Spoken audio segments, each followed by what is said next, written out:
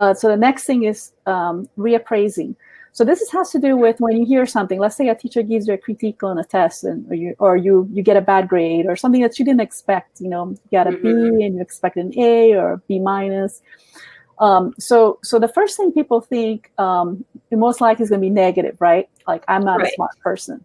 Yeah. But with cognitive, we're really good at that. Cognitive reappraisals, and this is an idea that I really like from this book by Jennifer McKeown. So she thinks again, think of 10 reasons. A little more to the side. There you go. Yeah. So this one. So she says a way that she handles this is she thinks of 10 reasons.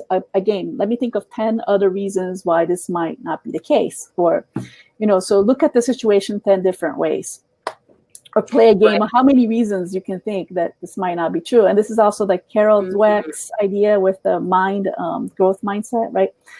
So it could be that, hey, maybe the grade is like this because, didn't read the material, or maybe the teacher didn't explain in a way that was that I could understand, or maybe it was something that, I was missed, but if I read it, I can try again. It'll be better. So the idea of trying again from a different perspective, or maybe looking at it from a different point of view, or maybe just I don't know. It's not you. It's well. There's so many external factors, and I think our first reaction, it's naturally human to blame ourselves that that I'm just awful. I mean, that's the natural go-to, and that.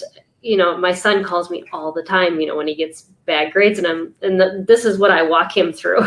and as a parent, you almost have to do that and point out those things if they can't see them themselves, and just say, like you said, and oftentimes I'll say to him, in the long run, what is this one grade going to matter? Because it was a test within a class. And you're going to learn from it, and you're going to move on, right? All tests are made by individuals, right? So from that particular teacher's perspective, and that particular slice of material that didn't necessarily cover every single thing that's in the book. So it's not like the test is a measure that's worldwide. It's going to be the same, but it's a specific measure. Be tattooed on you for the rest of your life. Yeah. That's kind of what they think sometimes, and I totally get it. So the idea that your mistakes are terrible, or over, how do you say, making it seem more terrible than it really is. So the executive elevating it, as opposed to looking at it in context of a wider view. Yeah. And this is, I think she explains it. This is why I want to say it again, because she explains it really well, how she handles it. Let me read that for our podcast listeners. It's How to Teach Life Skills to Kids with Autism or Asperger's. Yeah, and she herself is Aspie, so she talks about from her point of view and what her parents did to help her, and what actually didn't help as well. Which and in particular, the thing about making mistakes and cognitive reframing, cognitive behavioral therapy, she talks about how it helped her. So I just really recommend it for people. It says for children, but it could be for adults too. It's like you carry those traits on if you don't deal with them as a younger child.